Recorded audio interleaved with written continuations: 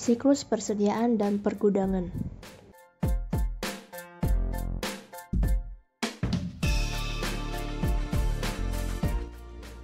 Fungsi bisnis siklus ini ada 6, yaitu diawali dengan memesan bahan baku untuk produksi, menggunakan dokumen pesanan pembelian atau purchase order. Nah, setelah itu ketika klien menerima bahan baku yang dipesan, klien harus memeriksa kuantitas dan kualitas dari bahan baku yang diterima tersebut dan menyiapkan laporan penerimaan sebagai dokumentasi sebelum pembayaran dilakukan. Nah, bahan baku yang telah diterima tersebut akan disimpan di gudang, dan ketika departemen lain membutuhkan bahan untuk produksi, mereka harus menyerahkan permintaan bahan yang berisi jenis dan jumlah bahan yang dibutuhkan. Yang keempat, melakukan produksi dari bahan baku menjadi produk akhir. Sistem akuntansi biaya yang memadai ialah bagian penting dari fungsi produksi bagi perusahaan manufaktur. Yang kelima, menyimpan produk akhir di gudang.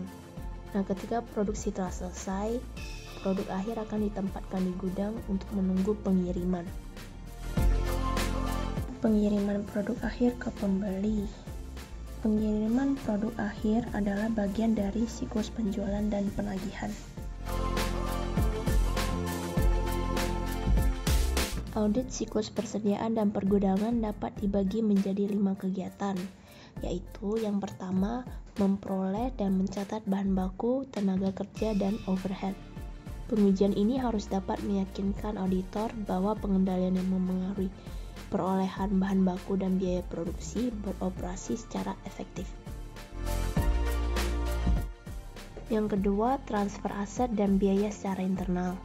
Klien memperhitungkan aktivitas ini dalam catatan akuntansi biaya yang independen dari siklus lain dan diuji sebagai bagian dari audit siklus persediaan dan pergudangan. Ketiga, mengirimkan barang serta mencatat pendapatan dan biaya. Oleh karena ini merupakan bagian dari siklus penjualan dan penagihan, auditor memperoleh pemahaman dan menguji pengendalian internal atas pencatatan pengiriman melalui siklus tersebut.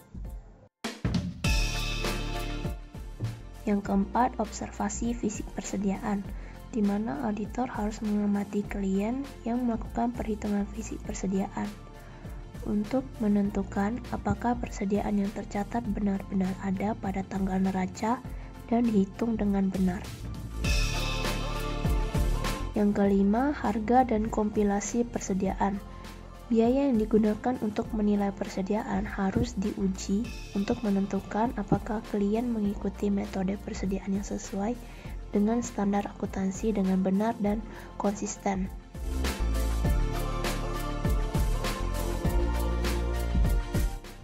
Nah, selanjutnya pengujian akuntansi biaya. Ini ada 4, yaitu yang pertama, pengendalian fisik atas persediaan, di mana auditor dapat memeriksa gudang untuk menentukan apakah persediaan dilindungi dari pencurian dan penyalahgunaan.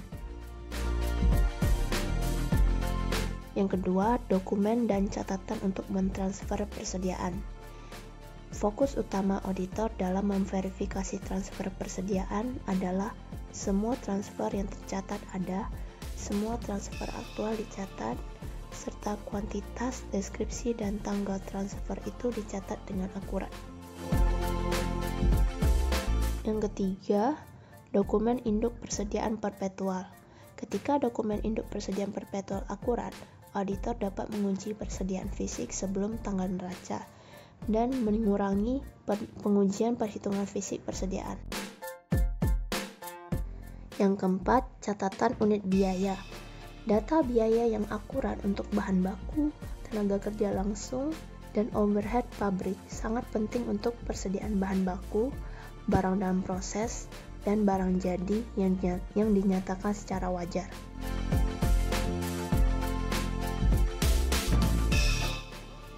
Seperti yang sudah disinggung di slide sebelumnya, auditor perlu untuk memeriksa efektivitas metode klien dalam perhitungan persediaan, yaitu dengan cara hadir pada saat kalian menghitung persediaan untuk menentukan saldo akhir tahun, mengamati dan menanyakan prosedur perhitungan kalian, dan membuat pengujian independen untuk perhitungan fisik. Sekian dan terima kasih.